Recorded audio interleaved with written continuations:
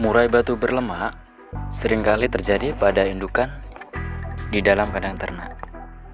Hal ini bisa terjadi karena asupan pakan yang kurang seimbang. Bisa juga karena ruang di dalam kandang yang sangat minim dari sinar matahari. Untuk menghindari hal tersebut terjadi pada burung kesayangan kita wajib mengetahui penyebab serta solusinya. Jika Anda mengalaminya, jangan panik.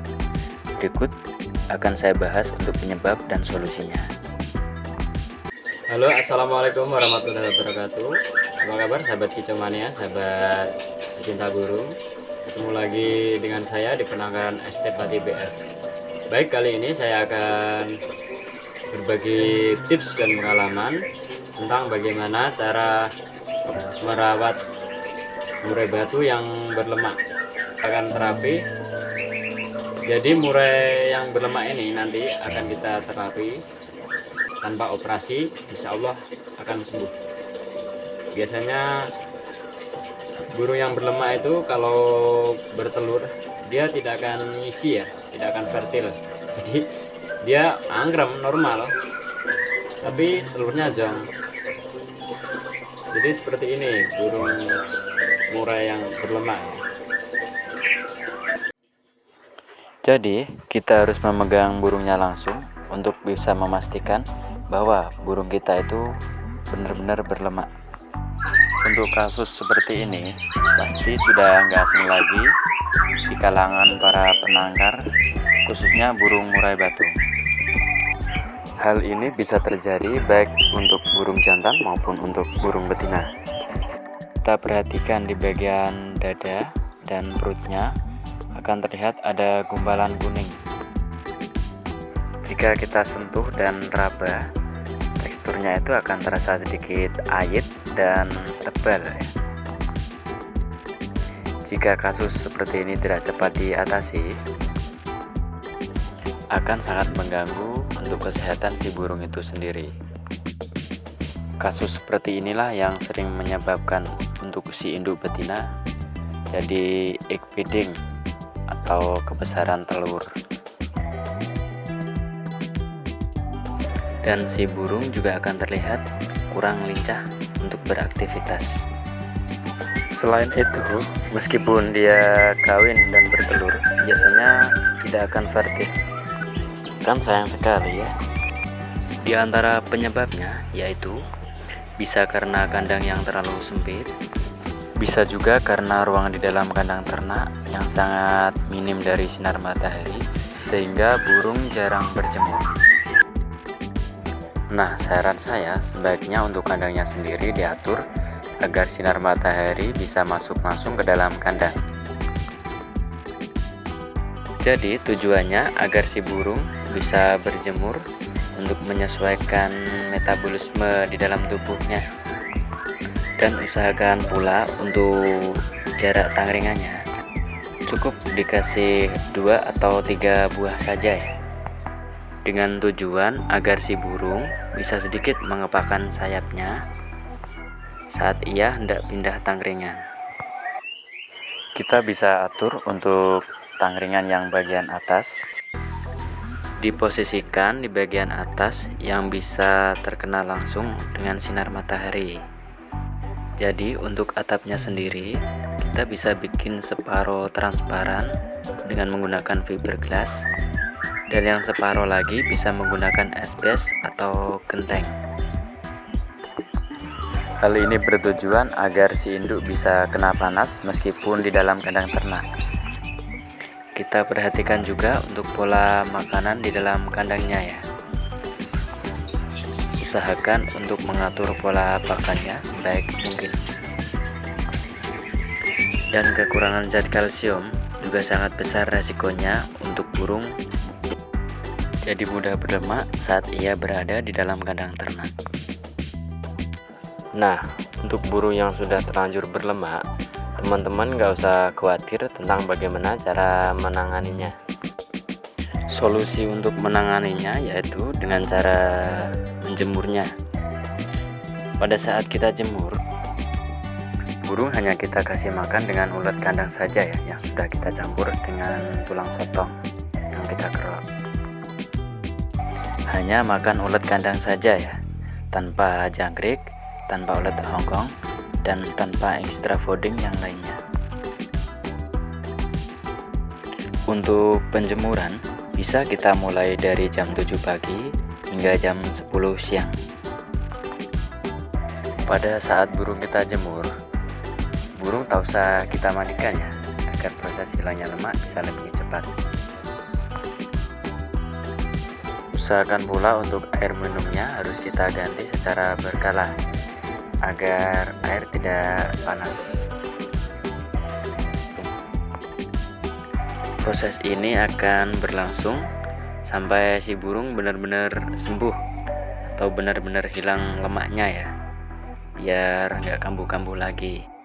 Sekali lagi, jangan pernah memandikan si burung saat proses ini sedang berlangsung.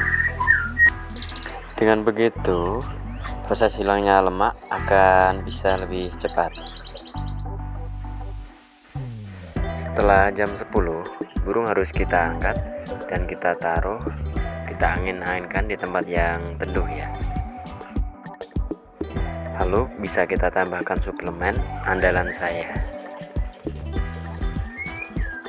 Nah, setelah burung kita taruh di tempat yang teduh, untuk air minumnya bisa kita tambahkan dengan B-kompleks.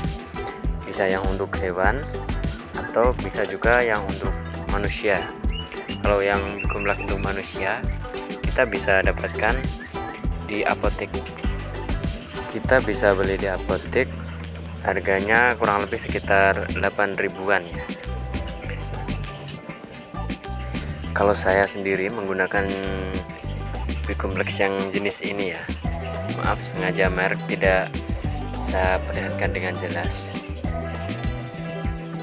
Untuk pemberiannya, 1 kapsul untuk 2 cepuk. Jadi misal kalau kita hanya mau bikin setengah cepuk saja, kita bisa bagi untuk 1 kapsul menjadi 4 bagian. Jadi untuk 1 bagian bisa buat setengah cepuk, cukup untuk 1 burung dalam sehari. Kalau kita mau konsisten menerapkan dengan cara ini, untuk burung yang lemak seperti tadi itu cukup memakan waktu sehari atau 2 hari saja, pasti sudah sembuh total. Tapi jika teman-teman ingin memaksimalkan lagi, bisa ditambahkan dengan durasi 3-4 hari ke depan, agar burung tidak kambuh-kambuh lagi. Ini untuk hasil yang udah saya terapi selama kurang lebih 3 hari. Alhamdulillah udah kelihatan bersih ya, di leher maupun di pantatnya, bagian anus kelihatan udah kering, udah memerah. Ini kalau mau pengen maksimal lagi bisa ditambahkan penjemuran 2-3 hari lagi.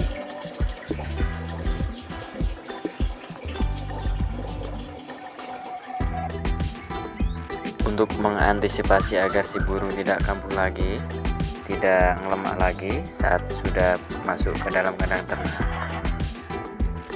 kita harus selalu menjaga kualitas pakan dengan baik dan seimbang. Misal seperti jangkrik, sebelum jangkrik dikonsumsi oleh burung kita, usahakan jangkriknya kita kasih makan sayuran dulu. Untuk sayurannya bisa dengan kangkung, bisa dengan daun ubi atau daun pepaya. Untuk daun pepayanya, usahakan pilih daun pepaya yang masih muda ya, yang masih segar dan yang belum layu.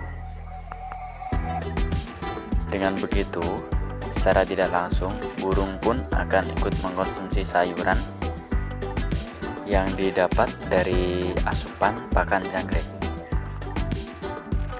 Jangan lupa juga untuk di dalam kandang ternaknya harus kita sediakan sumber kalsiumnya ya, atau asinannya. Untuk sumber kalsium bisa didapat dari tulang sotong ataupun kulit cangkang telur. Untuk pemberian tulang sotong bisa kita campurkan pada kroto ataupun ulat kandang. Kalau untuk pemberian dengan cangkang telur, kita bisa sediakan selalu di dalam kandang ternak untuk setiap harinya.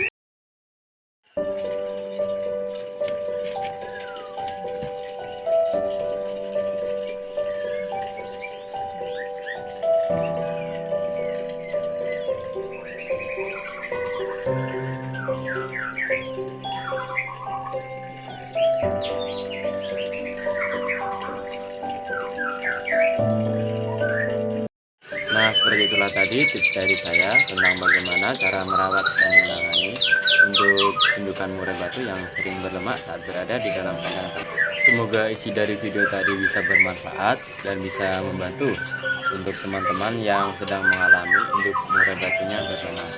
Jika ada penyampaian yang kurang jelas atau pertanyaan di seputar penangkaran Anda, silakan Anda tanyakan di kolom komentar ini. Insya Allah pasti saya akan respon. Insya Allah pasti akan saya jawab sebisa saya. Dan untuk yang belum subscribe, jangan lupa subscribe karena subscribe itu gratis.